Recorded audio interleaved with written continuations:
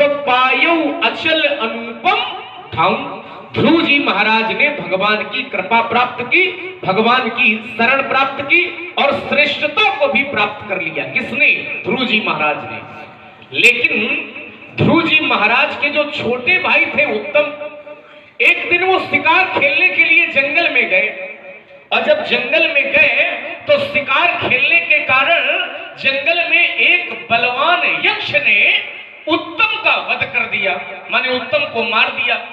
और जब यह बात ध्रुव जी को पता चली कि यक्ष ने हमारे छोटे भाई की हत्या कर दी है, छोटे भाई का वध कर दिया है, तो ध्रुव जी महाराज ने बड़ा क्रोध किया। और क्रोध का परिणाम यह प्राप्त हुआ कि ध्रुव जी महाराज ने एक अपने भाई के मारे जाने पर भीषण यक्षों का संहार कर दिया। माने एक यक्ष ने उनके भाई को मारा, बदले में ध्रुव जी महाराज ने बहुत से यक्षों का संहार कर दिया। और फिर भी जब क्रोध शांत नहीं हुआ तो फिर ध्रुव जी महाराज के बाबा मनु को आना पड़ा, और मनु महाराज ने ध्रुव जी को ये बताया, समझाया कि जो तुमने ये कार्य किया है, ये कार्य ध्रुव तुमने अच्छा नहीं किया है। क्यों?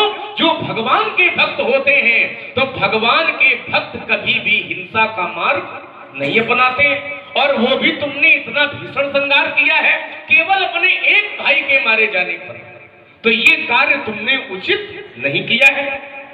समझाया, और जब समझाया तो ध्रुव जी के बात समझ में आई और उनका क्रोध शांत हुआ। और वही नियम यहां भी देखो लग रहा है।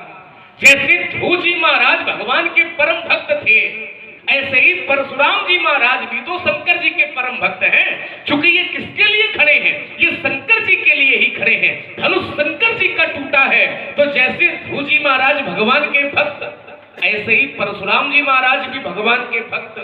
तो मनु माने बाबा ने जब अपने पौत्र को ये समझाया कि एक के बदले में तुम्हें इतने यक्षों को नहीं मारना चाहिए, एक के बदले में इतने लोगों का मारना उचित बात नहीं है। अब वही काम आज परशुराम जी कर रहे हैं कि एक धनुष तोड़ने वाला न मिला तो सब राजाओं को मारेंगे।